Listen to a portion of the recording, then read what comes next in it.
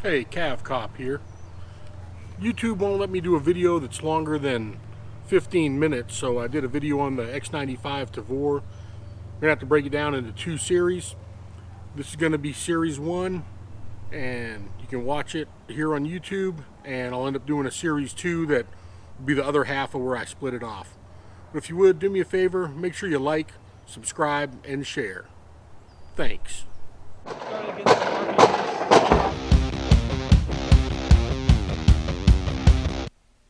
Cav Cop here.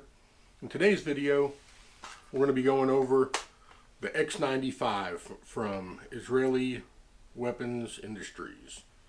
IWI created the Tavor back in 1995 under a developmental program. They wanted a bullpup design. With a bullpup, your trigger group is forward of the chamber and the barrel and the action. So the actual trigger mechanism and stuff is located further back, but the actual firing trigger part is going to be forward of where the magazine and the chamber are. So the chamber's back here, trigger group's here. In 1995, the Israelis decided that a smaller compact weapon was going to be needed for future fighting, more for vehicle operations and urban type testing. In 2001, they rolled out the original version of the Tavor, called the SAR-21 semi-automatic rifle. Came out in 2001, and by 2003 it was implemented in the Israeli army. The Israeli military liked it and went to their infantry soldiers. They did some testing with it, and they ended up making what they called a micro Tavor, and the X95 is kind of the development of their 1995 project or program. And originally it came out with about a 13-inch barrel, and it was called the Micro Tavor. And from the Micro Tavor, it got introduced in the U.S. as the X95. This one here is a 16-inch barrel. You can get them also with an 18-inch barrel. They can have a bayonet lug on them if you really want that.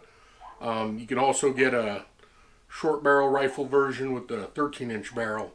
But it is a nice compact weapon, and it's pretty well designed. The original Tavors had a paddle-style release where the magazine was, and on the X95 they moved the magazine release up forward like a standard American or traditional magazine release would be, where you can release it with your finger.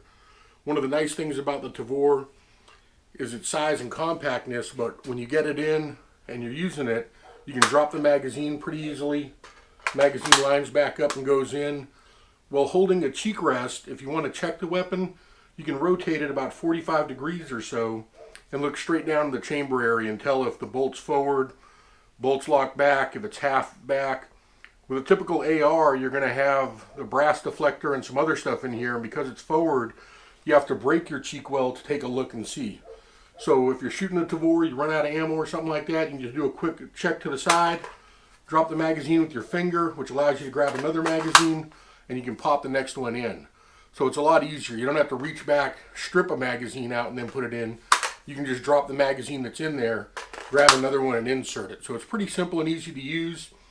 Compact overall. It has a charging handle on the side, and it has its bolt release back here. We'll take this over to the table and go over it a little bit better so you can see it in more detail, but it is a well thought out weapon, well designed. The X95 version versus the original Tavors dealt with a lot more sealing and protecting of the internals and reliability stuff.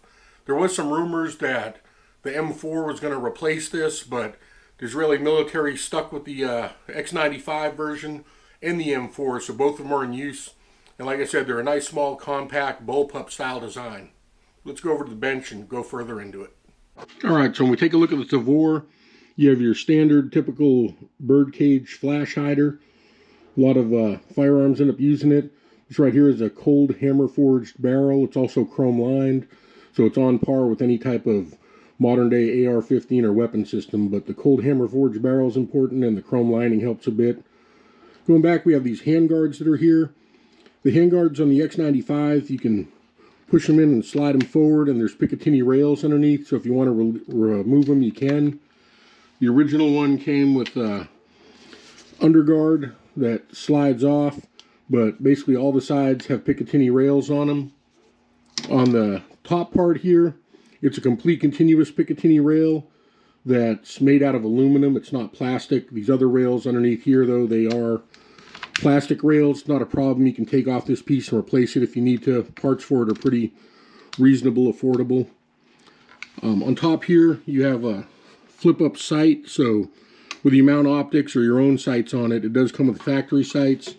And the factory sights probably won't show up here, but there is a tritium insert in them. So the Israelis are pretty big on their Galils and other rifles of having tritium inserts, which is kind of handy. And the same thing for the back sight. You have a rear flip-up sight in the back as well. They can just fold down. They're more for emergency uses and stuff like that. You can mount any kind of optics you want. Typically, it's going to be a higher mount optic. If you're using an aim point, probably going to want to put the M4 spacer in it versus the M16 one.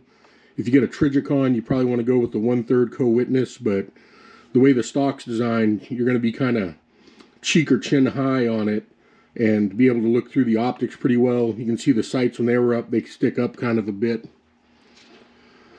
Going down here, I just happened to add a pistol grip to it. I used the IWI version. It comes also with an extension, so if you want to make it a longer grip, you can. The short one like that works fine for me.